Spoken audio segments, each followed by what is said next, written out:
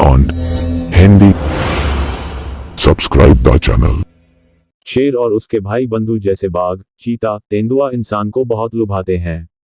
आज हम आपको इनमें से सबसे कम दिखने वाले जानवर की कहानी सुनाते हैं। ये किस्सा है स्नो लेपर्ड या बर्फीले पहाड़ी इलाकों में रहने वाले तेंदुए का।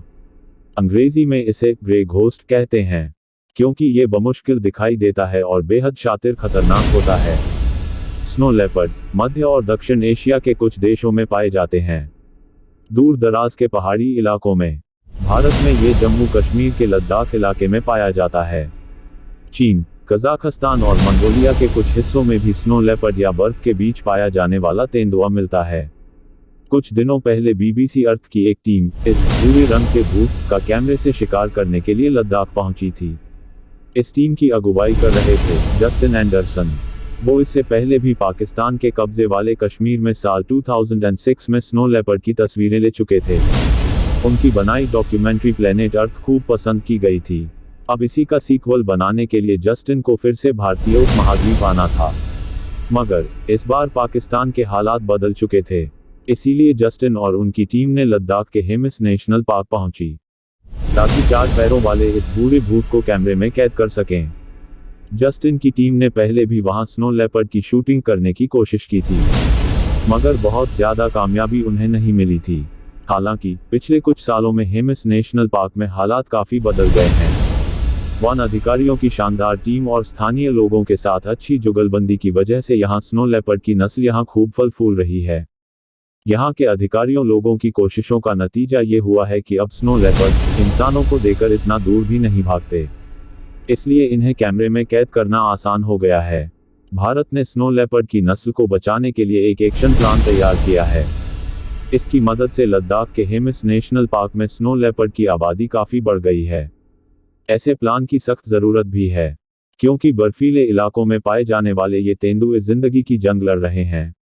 इनके रिहाइश वाले इलाकों में इंसानों के बढ़ते दखल से इंसान और स्नो लेपर्ड में झगड़ा बढ़ रहा है, और अक्सर हार स्नो लेपर्ड की हो रही है। इस हार की कीमत वो अपनी जान गंवाकर चुकाते हैं। स्नो लेपर्ड किसी एक देश के बजाय भारत, पाकिस्तान, चीन, मंगोलिया, कजाकिस्तान, किर्गिजिस्तान, नेपाल, रूस, तजिकिस्तान और उज़्बेकिस्तान में मिलते हैं। स्नो लेपर्ड बहुत मुश्किल हालात में रहते हैं। उनके ठिकाने ऊंचे बर्फीले पहाड़, तीखी ढलान वाली चट्टानें और पठारी इलाकों में होते हैं। ऐसी जगहों पर बारिश कम होती है, अक्सर बर्फीले तूफान आते हैं। इन हालात के हिसाब से उनका शरीर भी ढल चुका होता है।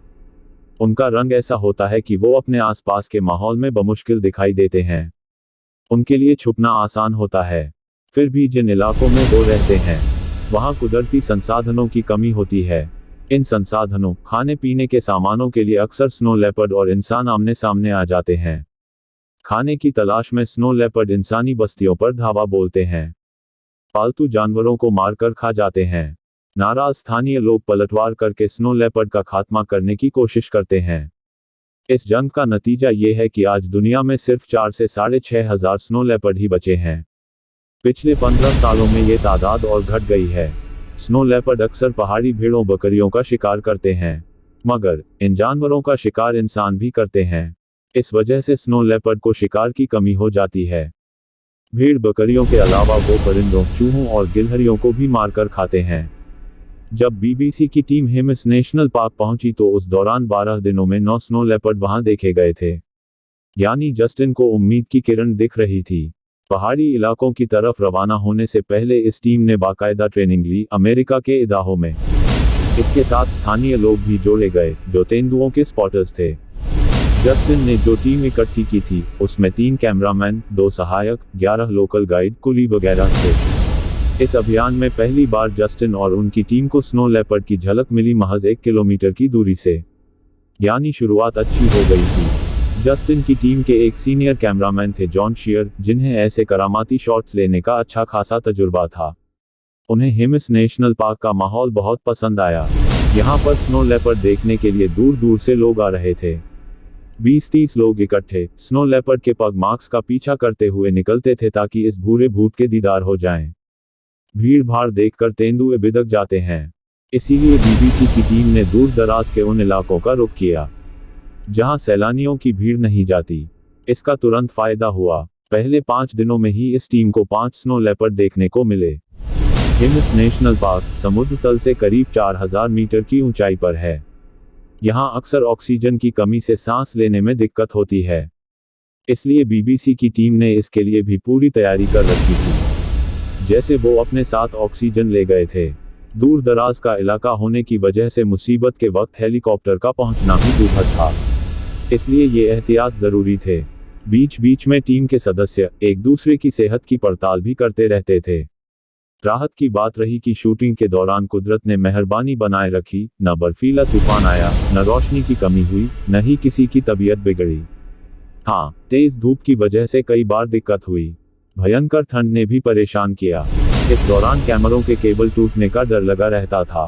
रात में तापमान माइनस से 25 डिग्री सेल्सियस तक नीचे चला जाता था। बीबीसी टीम को अपने मिशन में कामयाबी स्थानीय लोगों की वजह से मिली। तेंदुओं के स्पॉटर्स, गाइड, पग मार्क के ट्रैकर्स की मदद से वो अपने मिशन में कामयाब हो सके। अक्सर बीबीसी की टीम को चट्टानों में छुपे तेंदुए नहीं दिखाई देते थे। तब उन्हें स्पॉटर्स बताते थे कि वहां छुपा है भूरा भूत। जस्टिन कहते हैं कि स्थानीय लोगों की ये टीम मौज मस्ती वाले मिजाज की थी। ये लोग अक्सर मजाक करते रहते थे। बीबीसी की टीम के कई लोगों को उन्होंने तेंदुआ दिखाने के नाम पर सोते से जगाया और बुद्धू बनाया।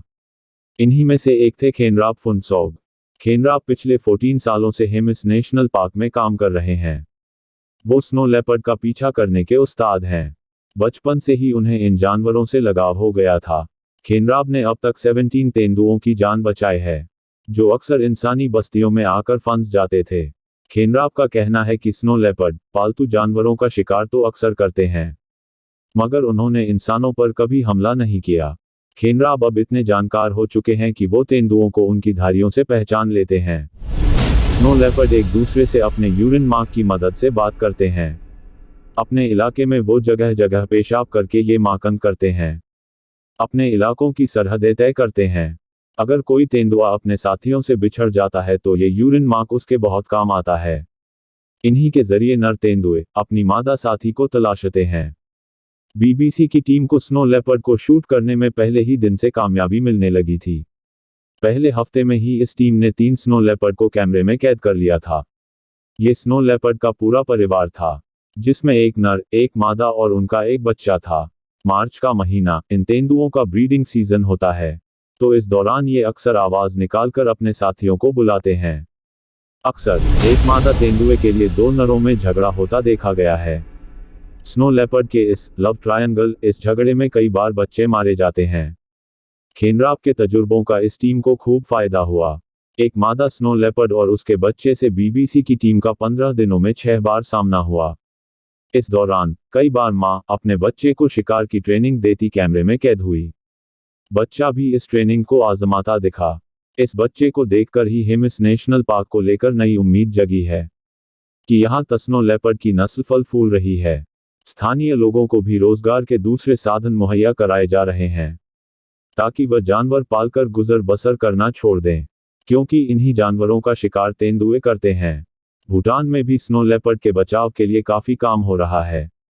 बौद्ध धर्म के अनुयायी होने की वजह से यहाँ लोग हिंसा से बचते हैं। इस सिद्धांत की वजह से भी स्नो लेपर्ड का बचाव मुमकिन हो पाया है। हालांकि जानकार सलाह देते हैं कि स्नो लेपर्ड को बचाने के लिए अलग अलग अभियान चलाने के बजाय सभी देश मिलजुल कर कोशिश करें तो बेहतर होगा। इस तरह के अभियान में स्थानीय लोगों की भागीदारी बहुत जरूरी है, क्योंकि वही लोग अक्सर स्नो लेपर्ड से कुदरती संसाधन साझा करते हैं। स्थानीय लोगों के लिए रोजगार के साधन जुटाना, उनको जानवर पालने के विकल्प मुहैया कराना स्नो लेपर्ड की नस्ल को बचाने के लिए सबसे जरूरी कदम है। सबसे बड़ी बात स्थानीय लोगों को ये समझाना है कि स्नो लेपर्ड उनके दुश्मन नहीं, उनका भी जिंदा रहने का, शिकार करने का हक है। हिम्स नेशनल पार्क में इस दिशा में काफी काम हुआ है। यहाँ पर होम स्टे टूरिज्म नाम से अभियान चलाया गया है।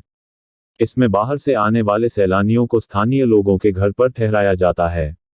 इससे सैलानियों को घर जैसा एहसास होता है और स्थानीय लोगों को आमदनी होती है। अभी हाल में तजिकिस्तान में एक स्थानीय शख्स ने स्नो लेपर्ड को मार डाला था, जिसके बाद उस पर वन विभाग ने भारी जुर्माना कर दिया। एक गैर सरकारी संगठन को ये बात पता चली तो उसने इस शख्स को तेंदुए बचाने की मुहिम का हिस्सा बना लिया।